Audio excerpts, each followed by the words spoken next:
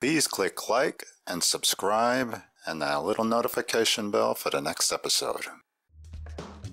Remember, there was the Rick Road, the original highway. We traveled a lot of road.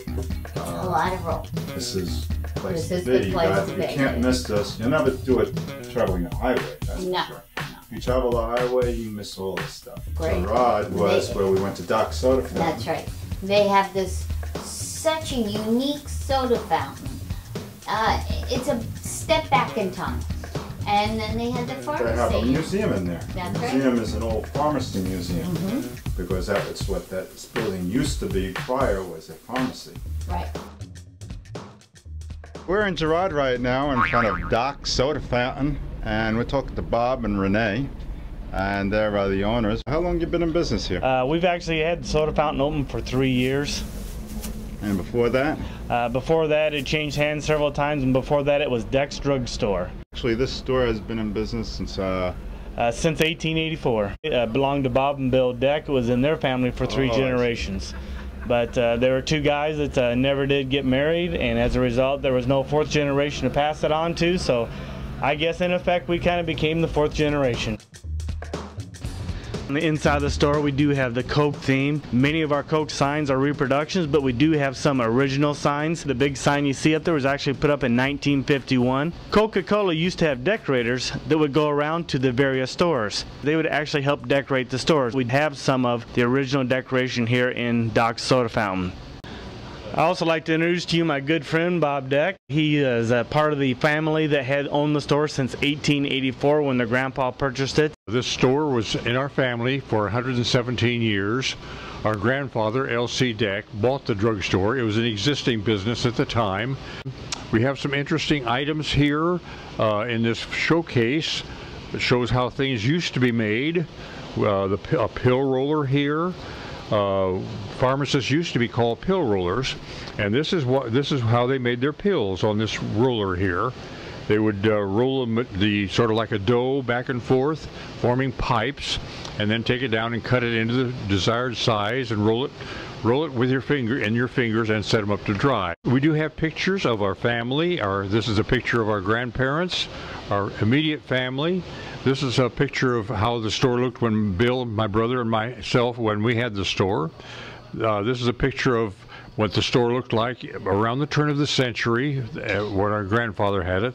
And this is a picture of the interior about the same time. Here you will find an electric shock machine. This is for early shock machine for nervous disorders, and it still is effective today. If anybody wants to try it, we allow them to hang on to these tubes while I turn the crank and create this electricity which runs through their body. And some people are willing to try it. Others say no, I don't want to have anything to do with that. So this is Vincent.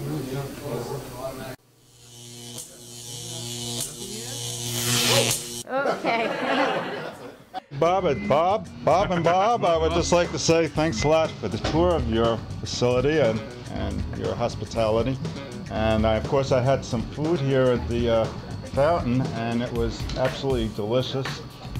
So it's a good place to stop and have a little something to eat on your way to Santa Monica. Well, next town that we're going into is Carlinville, after a long journey. Yes. Carlinville is part of their courthouse.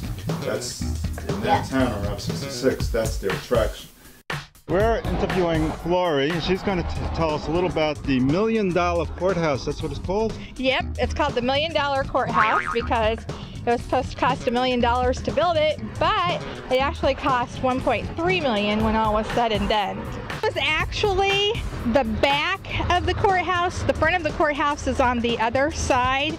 At the time that the courthouse was built, Macoupin Creek ran alongside of there, and this was the only hard road throughout, you know, the mother road, Route 66 it came to be, anyhow throughout the whole county. The last time that this cannon was fired was in 1933. They fired it every year to ring in the 4th of July and like New Year's.